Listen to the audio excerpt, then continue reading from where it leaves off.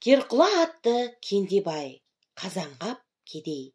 Ертеде, ешкі құйрығы келтеде, қара таудың ойында, қара судың бойында, Қазанғап деген бір кедей болыпты. Қазанғап құс атып, балық аулап күн көреді екен. Әйелі ау тоқып, жамау жамайды екен. Осылай өз күндерін өздері көріп жүре беріпті. Күндерде бір күн Қазанғаптың әйелі босаныпты. Торсық шеке, әппақ ұл тауыпты. Ата-анасы қуанып, төбелері көкке жетіпті. Баласына Кендебай деп ат қойыпты. Кендебайдың өмірге келуі. Кендебай ай сайын емес күн сайын өсіпті.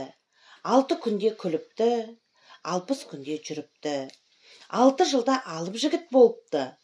Сондай күшті болыпты. Алысқанын алып ұрыпты, күрескен жыға беріпті. Шыңырау құдыққа құлаған атандарды жалғыз өзі тартып шығара беріпті. Аң аулап әкесіне жәрдемдесіпті.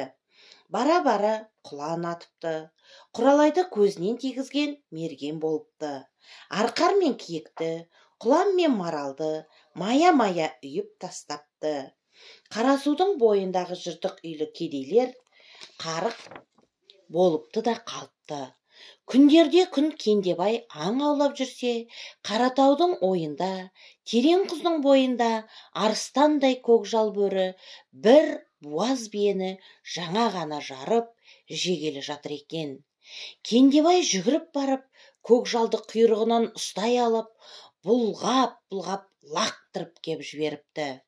Қасқыр арс етіп, аузын қисаңдатып, өліпті де қалыпты.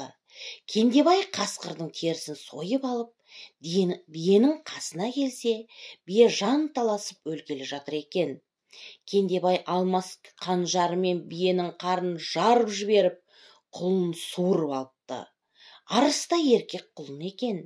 Кендебай құлынды үйіне алып қайтыпты. Оны құлынның сүтімен асырапты. Құлын сағат сайын емес, минут сайын өсіпті. 6 айдың ішінде 6 кез ат болып шығыпты. Аттың түсі Керқұла болыпты. Кендебай Керқұланы үйретіп мініп, түн қатып жүріп аң аулапты. Керқұла қуса жетіп, қашса құтылатын, аузымен құс тістеген өрен жүйрік болыпты.